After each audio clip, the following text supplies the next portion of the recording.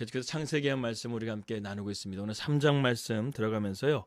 좀 죄에 대한 문제, 원죄에 대한 문제를 다루기 때문에 우리가 1장과 2장은 좀 한 장씩 이렇게 좀 빨리 넘어갔는데 3장부터는 좀 우리가 좀 집중적으로 인류에 도대체 죄가 왜 들어오게 됐는가, 그 죄에 대한 원죄에 대한 부분들을 여러분들과 함께 좀 세분화시켜서 나누려고 합니다. 오늘은 사탄의 유혹이라는 말씀의 제목으로 하나님 말씀 증거하도록 하겠습니다.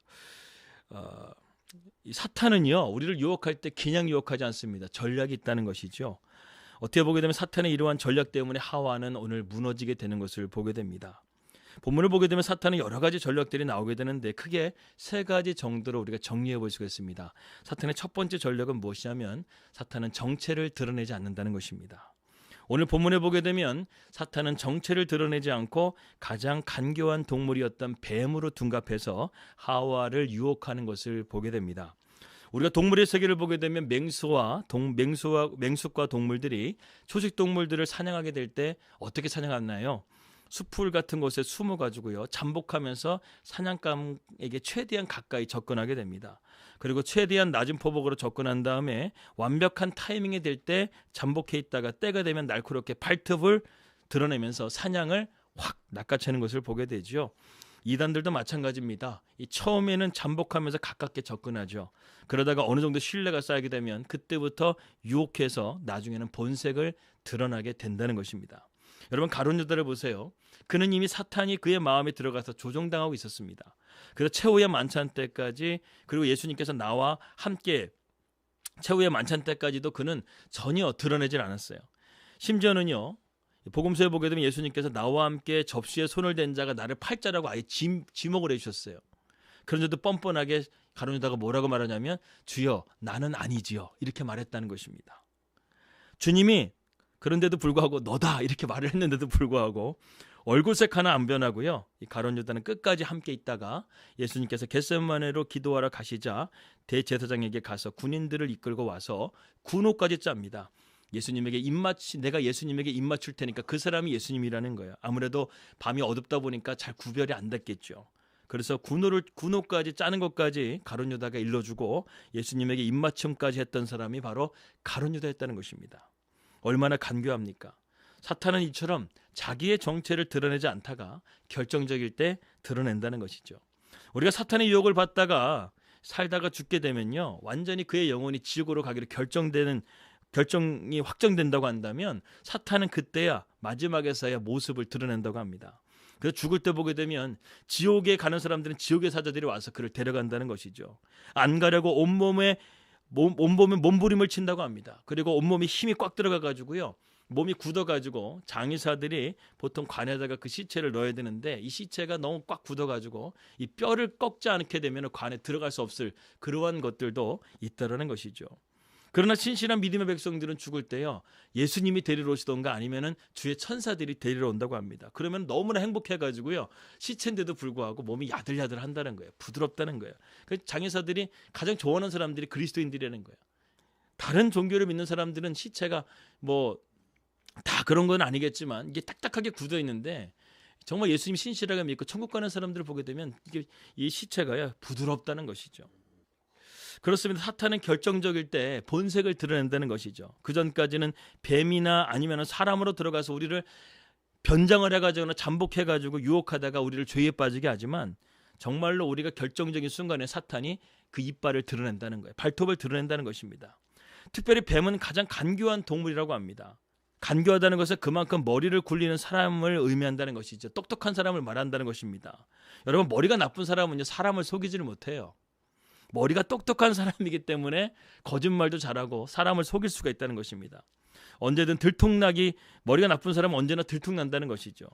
똑똑한 사람, 계산이 빠른 사람, 그런 사람이요, 마귀가 가장 좋아하는 사람이야. 가장 안 속아 넘어갈 것 같은데도 불구하고요, 그렇게 똑똑하고 계산적인 사람들이 더 잘 넘어가는 것을 우리는 보게 됩니다.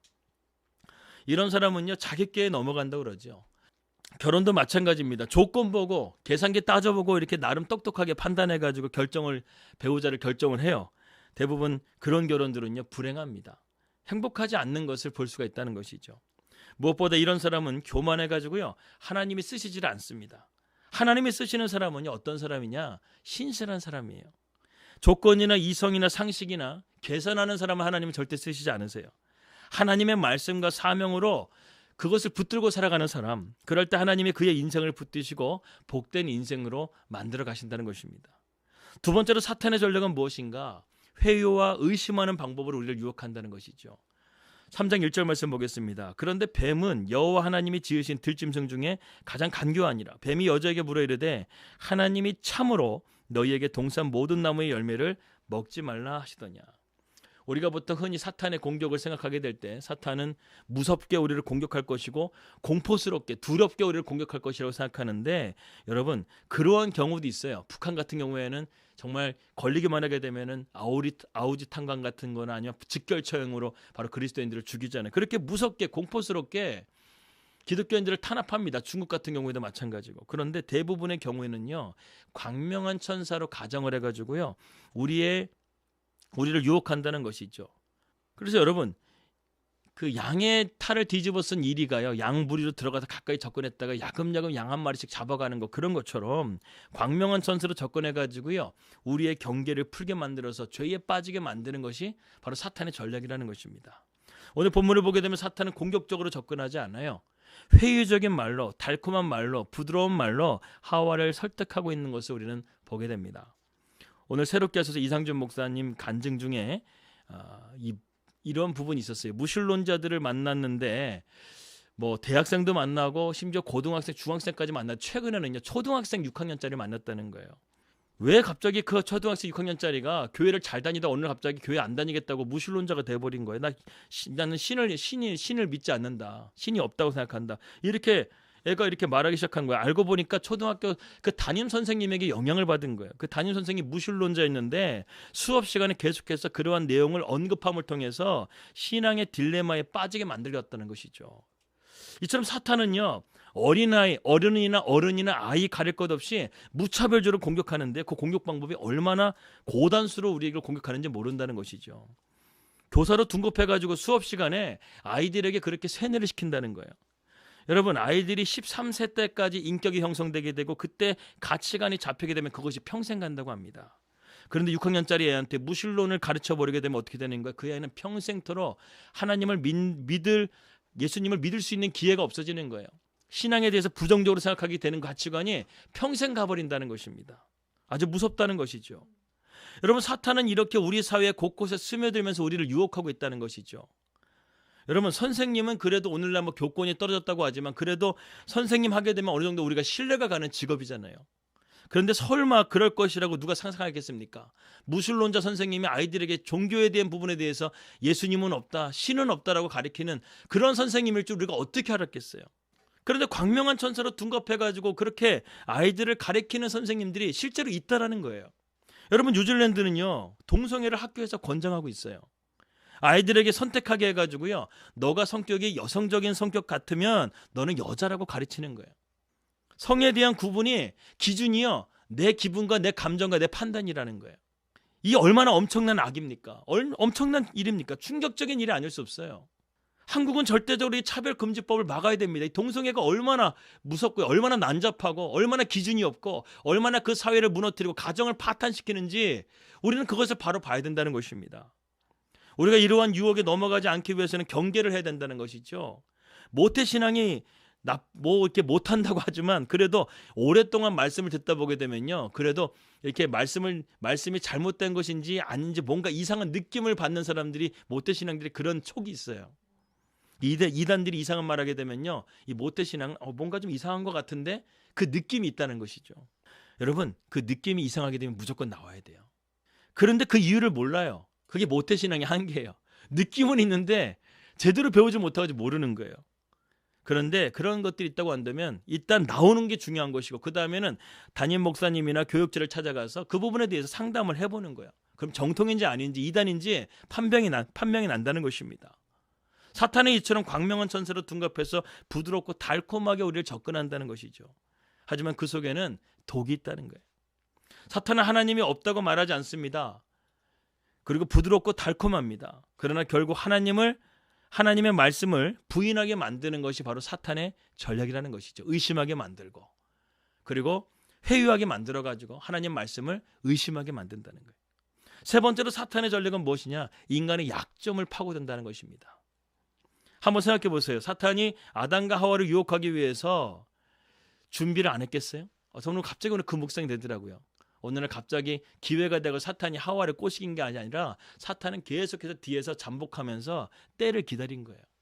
가만히 보니까 아담은 내가 볼 때는 유혹에 잘 넘어가지 않을 것 같아. 왜냐하면 남자들은 좀 무뚝뚝하거든요. 그 남자들은 잘 이렇게 이렇게 좀 그런 게 있어요. 근데 여자들은 좀 유혹에 잘 넘어가는 것 같아.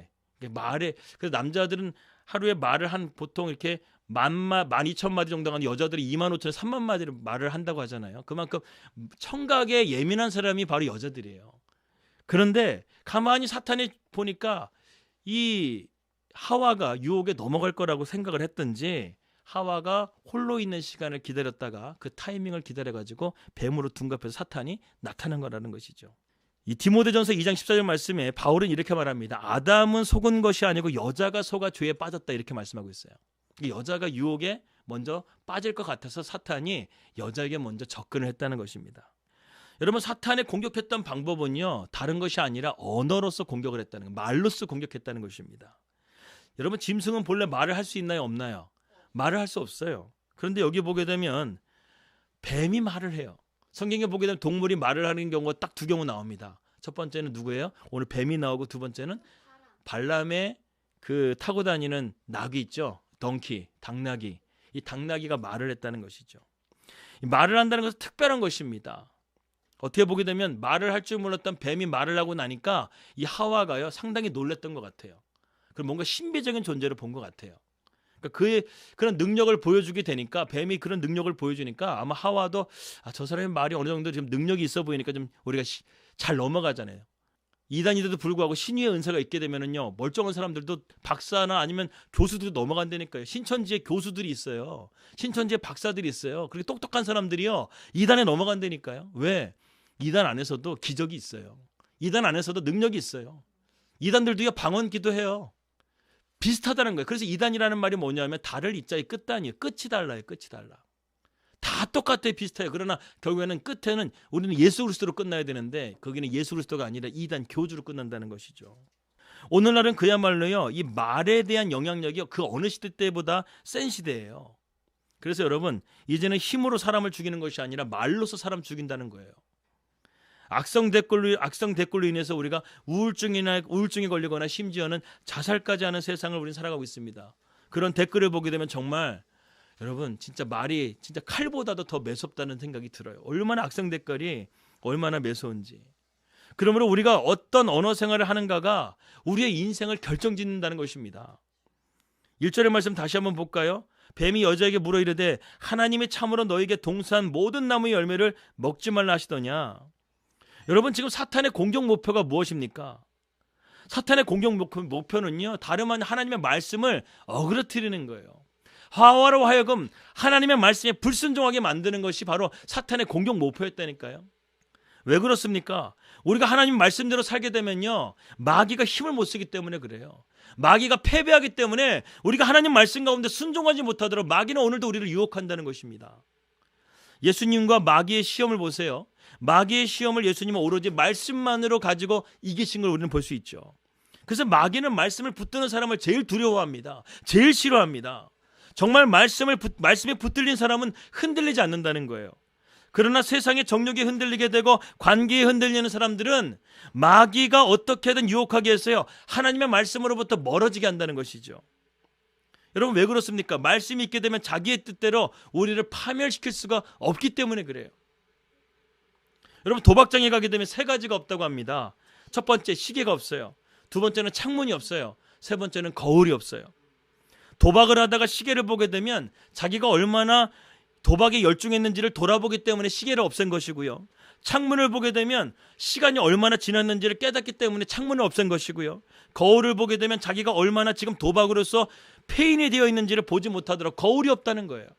하나님의 말씀에서 멀어지게 되게 되면 우리는 이처럼 마귀가 우리의 눈과 귀와 모든 것을 차단시켜가지고 하나님의 말씀을 깨닫지 못하도록 우리를 완전히 맹인이 되게 하고 그리고 벙어리가 되게 하고 그리고 듣지 못하게 되는 그러한 사람이 되게 한다는 것입니다. 결국 인생을 망하는 인생으로 마귀가 만들어간다는 것이죠. 오늘 1절에서 마귀가 첫 번째 공격은 하나님의 말씀을 의심하게 만드는 것이었어요. 그 사탄은요, 참으로라는 말을 하고 있죠. 그러면서 하와를 지금 교란시키고 있습니다. 정말 말씀에 확신이 있고 우리가 바로 알고 있게 되면 어떻게 대답을 해야 될까요? 정답은 창세기 2장 17절 말씀입니다. 하나님 말씀을 그대로 선포하는 거예요. 창세기 2장 17절 말씀에 하나님께 선악과에 대해서 뭐라고 말씀하셨냐면, 선악을 알게 하는 나무의 열매는 먹지 말라. 내가 먹는 날에는 정령 죽으리라 그랬어요. 여기에 동사가 2개 나오죠. 먹지 말라, 반드시 죽는다. 하나님은 확실하게 말씀하셨어요. 그런데 하와의 말을 들어보게 되면 확신이 없어요. 그 말을 의심하게 만들어가지고 오늘 2절과 3절 말씀 보게 되면 하와가 엉뚱하게 대답하는 것을 보게 됩니다. 오늘도 마귀는요, 우리를 말씀에서 멀어지게 하려고 유혹한다는 거예요. 여러분, 마귀는요, 오늘도 우리에게 이렇게 말합니다. 교회는 가, 그러나 말씀은 듣지 말라고 말하는 거예요. 마르다와 마리아의 차이가 무엇입니까? 마리아는 하나님 말씀에 집중하려고 했고, 마르다는 세상적인 어떤 그 헌신에 집중하려고 했다는 것이죠. 그런데 중요한 게 뭐라는 거예요? 하나님 말씀이라는 거예요. 봉사와 헌신 좋습니다. 하지만 그것이 내 노력과 힘이 되어서는 안 된다는 것이죠. 말씀이 바탕이 되어야 한다는 것입니다. 그렇지 않게 되면 오래가지 못하고 마르다와 같이 결국 불평과 원망이 된다는 것이죠. 여러분, 그래서 초신자들이 교회를 정착하게 될 때 교회가 집중적으로 해줘야 되는 것이 무엇이냐면 하나님의 말씀을 듣는 훈련을 하게끔 만들어줘야 된다는 거예요. 초신자들에게는 봉사나 헌신을 1년 동안 절대로 시켜서는 안 돼요. 1년 동안은 무조건 말씀을 듣는 것에 습관이 되도록, 몸에 배이도록 그들을 배려해주고 격려해주고 위로해주는 것입니다. 주일 성수를 무조건 하게 하고요, 말씀을 계속해서 읽게 하고 들을 수 있도록 그들에게 그러한 훈련과 격려와 위로를 해줘야 된다는 것이죠. 그런데 그게 쉬울까요? 여러분, 초신자들이 이러한 주일 성수와 말씀을 가까이 하는 것이 절대 쉽지가 않아요. 마귀가 세상적인 일로 계속해서 유혹하고 핍박합니다. 그럼에도 불구하고 격려하고 위로해서 말씀의 자리로 나아가게 해주는 것이 오늘날 교회의 가장 중요한 사역이라는 거예요. 교회는 말씀을 전해야 되는 거예요. 말씀을 들어야 성도들이 살아나고, 말씀이 들어야 능력이 나타나고, 말씀이 들어야 더러운 영들, 귀신들, 마귀가 쫓겨나가는 것입니다. 그런데 오늘날 이 말씀의 능력이 점점 갈수록 사라져가고 있다는 것이죠. 왜 그렇습니까? 왜 이렇게 교회는 말씀에 중요하게 여겨야 될까요? 말씀이 바로 사탄을 이기는 유일한 방법이기 때문에 그렇습니다. 진짜 말씀의 능력을 가지려면 스스로 말씀을 찾아 읽어야 돼요. 말씀을 내가 스스로 찾아 읽을 때 진짜 능력이 나타납니다. 그것도 힘들다고 한다면 우리는 설교하는 설교 영상이라도 들으면서 계속해서 말씀을 접해야 돼요. 떠나지 말아야 됩니다. 그래야 마귀의 유혹에서 빠지지가 않을 수가 있다는 것이죠. 오늘 그 이상준 목사님 간증을 보면서 몇 가지 제가 그 포인트를 얻었는데, 이 말씀에 대한 부분이 또 이렇게 말씀하더라고요. 그 목사님이 이제 처음에는 공부를 못했었는데 하나님께 지혜 주셔가지고 공부 성적이 계속해서 올라가게 됐다는 거예요. 근데 수학을 공부하게 되면 수학이 공부가 잘 안 되는 거예요. 그래서 수학이 제일 어려웠다고 합니다. 그런데 어느 날 하나님께서 이런 마음에 주시더라고요. 결단을 하고 이제 야고보서 1장 5절 7절 말씀, 너희 중에 누구든지 지혜가 부족하거든 모든 사람에게 후히 주시고 꾸짖지 아니하시는 하나님께 구하라. 그리하면 주시리라. 믿음으로 구하고 의심하지 말라. 의심하는 자는 마치 바람에 밀려 요동하는 바닷물결 같으니 이런 사람은 무엇이든지 죽기에 얻기를 생각하지 말라. 이 말씀을요, 이 수학, 우리가 중학교 올라간 수학 정석을 배워야 되잖아요. 정석 앞에다가 그 말씀을 써놓은 거예요. 그래서 수학을 풀다가 문제가 어려워지게 되면 그 야고보서 말씀을 읽고 기도하는 거예요. 하나님, 내 이 문제 푸는데 도저히 이해가 안 됩니다. 하나님 나에게 지혜 주신다고 했잖아요. 저 하나님 의심하지 않겠습니다 하면서 그 말씀을 읽고 기도한 다음에 그 수학 문제를 다시 보게 되면 도저히 이해가 안 됐던 그 문제가 풀려지기 시작하는 거예요. 하나님이 지혜를 주셔가지고 그 말씀을 의지하고 기도하고 나서 다시금 그 문제를 보니까 문제가 풀려지기 시작했다는 거예요. 그래서 여러분, 그 목사님이 1991년도 대입시험을 보게 됐는데 수학이 그 시기에 가장 어려워가지고 평균 점수가 20점이 다 떨어졌다고 했었는데, 유일하게 그 목사님은 오히려 수학 점수가 더 잘 나오게 됐다는 것이죠. 그래서 연세대학교 영문과에 4년 동안 장학생으로 들어갈 수 있게끔 하나님께서 그렇게 능력을 베풀으셨다는 거예요. 여러분, 이렇게 말씀을 붙들고 기도하게 되니까 하나님 지혜도 주시고, 뭐 지혜뿐만이겠습니까? 능력도 주시고, 병도 치유되게 하시고, 믿음의 기도는 병든 자를 치유하는 능력이 있다고 그러잖아요. 그 말씀 붙들고 기도하는 거예요. 그러면 그런 병들도, 암덩어리도 깨끗하게 나게 될 줄을 믿습니다. 믿음을 갖고 기도하는 것이죠. 하영조 목사님이 예전에 온몸에 이렇게 몸이 아프셨잖아요. 간암 때문에 투석도 하시고 또 치료도 받으셨는데, 이 캄보디아 쪽에서 상당히 치유 사역으로 유명한 그 목사님이 한국에 잠깐 방문하게 됐다는 거예요. 그래서 이제 어떻게 해서 이 하영조 목사님도 건강을 빨리 좀 해결해 주셨으면, 고쳐줬으면 좋겠다는 마음 때문에 그런 치유하시는 분들의 기도를 뭐 많이 받으셨나 봐요. 그때 그분이 또 오셔가지고 하영조 목사님이 그 캄보디아 목사님한테 기도를 받는데, 기도하는 거 보니까 간단하대요. 하나님, 이 시간 가운데 이 목사님을 치유하여 주시옵소서, 고쳐 주시옵소서, 믿습니다 하고 나서 바로 해가지고 기도하자마자 그 캄보디아 목사가 하영조 목사님한테 나았습니까? 이렇게 물어보는 거예요. 그분은 정말 하나님이 고쳐주실 것을 믿음으로 기도했는데, 하영조 목사님은 이렇게 대답했대. 아니요, 안 난 것 같은데요. 이렇게 대답했다는 거예요. 결국 뭐 그렇게 해서 고쳐지진 않았지만, 그때 하영조 목사님이 그거를 보면서 한 가지 깨달았다는 거예요. 아, 저분과 나와의 차이가 뭐냐? 저분은 하나님이 고쳐주실 것이라는 말씀 붙들고 믿음으로 정말 기도하니까 능력이 나타나는 것이요. 그런데 나에게는 그런 믿음이 없는 것이구나. 그래서 믿음을 더 갖게 해달라고 하면서, 그때 그 말씀 보면 묵상하면서 그 믿음 시리즈, 하영조 목사님이 그 말씀을 하면서 시리즈를 하게 됐다는 그러한 간증을 듣게 됐습니다. 여러분, 정말 중요한 거예요. 하나님 말씀을 우리가 믿음을 가지고 그 말씀 붙들고 기도하게 되면 역사가 나타납니다. 믿는 자에게는 능력이 나타나는 거예요. 믿음이 없이는 하나님을 기쁘시게 하지 못한다고 그랬습니다. 우리가 믿음을 가지고 하나님 말씀 붙들 때 그 말씀 속에 능력이 나타나게 되고 마귀가 쫓겨나게 되고 하나님께서 놀라우신 은혜를 베풀어 줄 줄을 믿습니다. 이제 마귀가 이렇게 유혹을 받은 하와의 대답을, 마귀가 유혹해가지고 이 하와가 어떻게 흔들리고 있는지 그 말씀을 잠깐 보겠습니다. 창세기 2장 17절의 말씀과 좀 비교해서 한번 살펴보도록 하겠습니다. 하와가 이렇게 말합니다. 여자가 뱀에게 말하되 동산 나무의 열매를 우리가 먹을 수 있으나 동산 중앙에 있는 나무의 열매는 하나님의 말씀에 너희는 먹지도 말고 만지지도 말라. 여기서 보게 되면 하와가 말씀을 잘못 해석하고 있었고, 또 한 가지는 빼버린 것을 말씀하고 있습니다. 먹지도 말고 만지지도 말라. 만지지도 말라는 말씀은 안 했죠. 먹지 말라, 정령 죽으리라, 이렇게 말씀했는데 만지지도 말라까지 지금 하와가 첨가해서 말씀을 알고 있어요. 그러니까 이거 무슨 말입니까? 하와가 하나님의 말씀을 정확하게 알았다, 몰랐다? 몰랐다는 거예요. 그리고 두 번째는 무엇이냐면 너희가 죽을까 하노라. 죽는다고 그랬는데 죽을까는요, 의문문이에요. 나도 몰라 이거예요. 하나님은 그렇게 말씀하셨는데 나도 잘 모르겠어, 이런 뜻이에요. 그러니까 하나님의 말씀에 확신도 없고 그 말씀을 잘못 이해하고 있고 잘못 해석하고 있고 내 멋대로 해석을 해버려 버리니까 결국에는 어떻게 합니까? 사탄이요, 하와의 의중을 뚫어본 거예요. 얘는 말씀을 정확하게 모르기 때문에 내가 유혹해서 넘어갈 수 있겠구나. 그렇게 하면서 사탄이 뭐라고 말합니까? 너가 정령 죽지 않을 거라는 거예요. 확신 있게 말합니다. 그러면서 너가 이것을 먹게 되면 하나님처럼 될 뿐만 아니라 너가 선과 악을 분별할 줄 알게 된다는 거예요.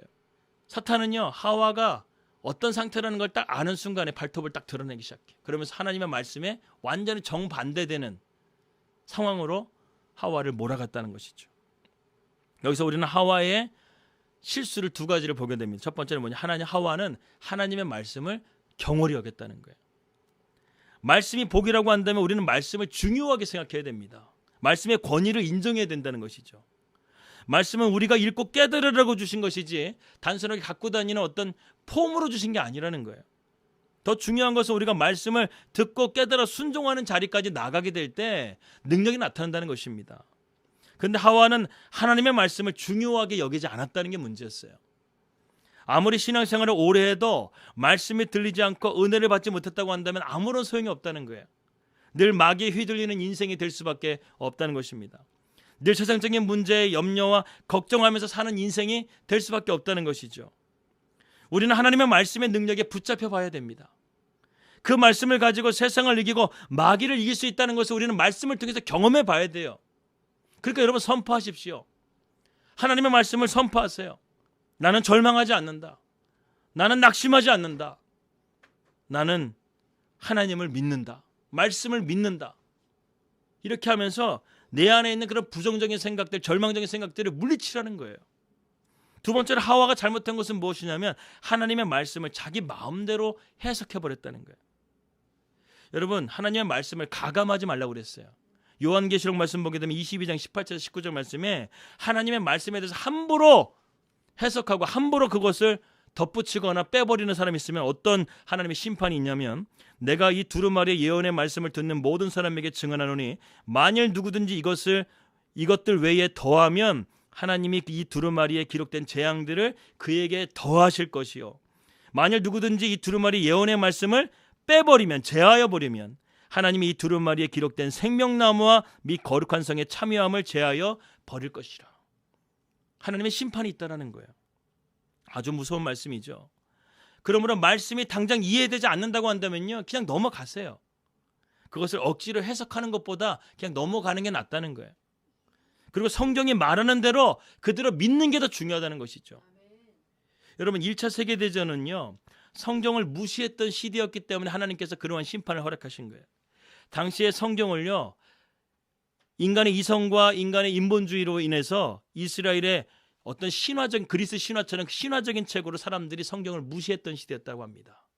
그리고 또 성경을 인간이 만들어서 편집한 양식 비평이라고 주장을 늘어놓는 시대에 영적으로 어둠의 시대가 되니까요, 1차 세계대전이 터져버린 거예요. 수많은 사람들이 죽었습니다. 결국 인간의 도덕성은 땅에 떨어지게 되고 전쟁이라는 비극이 생겨나게 된 것이죠.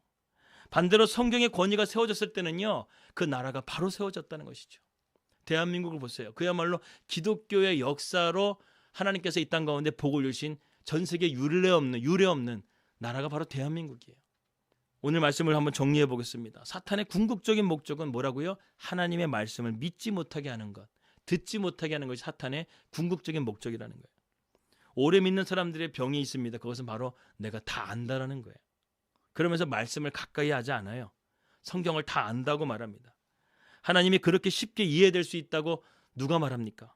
여러분, 성경은요, 우리가 깨닫지 못하는 진리들이 무궁무진하게 많아요.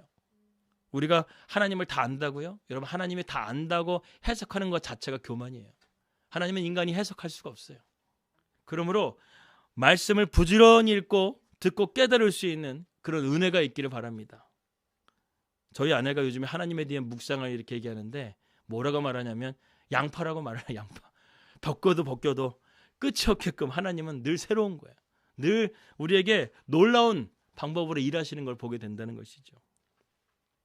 여러분, 그러므로 말씀을 부지런히 읽고 듣고 깨달을 수 있는 은혜가 있길 바랍니다.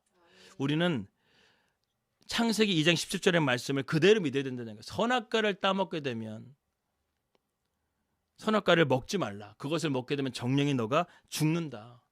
이 말씀을 그대로 믿는 그러한 사람이 되어야 된다는 것입니다.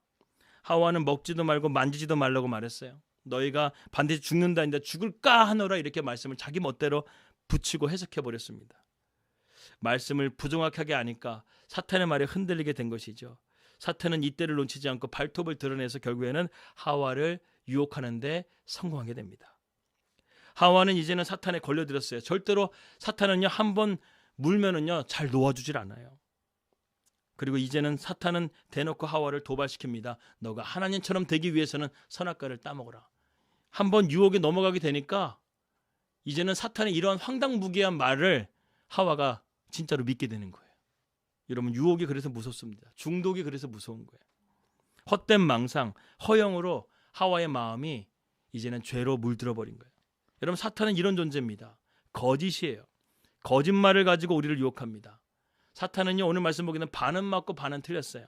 분명히 우리는 죄를 짓게 되면 선악을 알게 되죠. 그러나 그 선악과를 따먹을 통해서 죽게 될 뿐만 아니라 심판을 받고 되기도 영원한 불못에 들어가는 존재가 될 것이라는 것을 사탄은 속였다는 것이죠.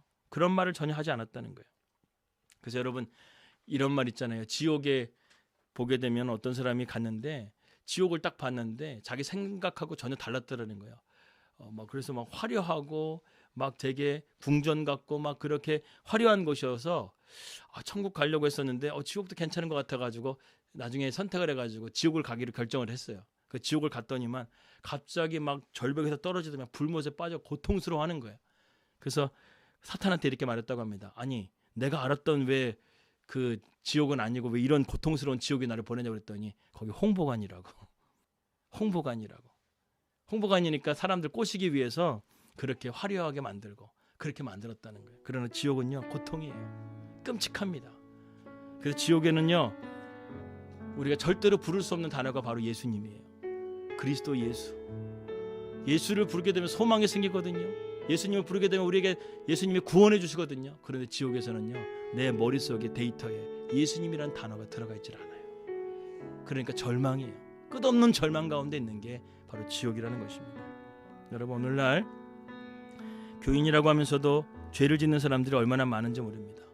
목회자들부터 평신도까지 마귀의 유혹에 넘어간 교회나 목회자나 성도들이 얼마나 많은지 몰라요. 세상 사람들은 내버려 두더라도 믿는 사람들 가운데서도 이렇게 마귀의 유혹에 넘어간다는 것이죠.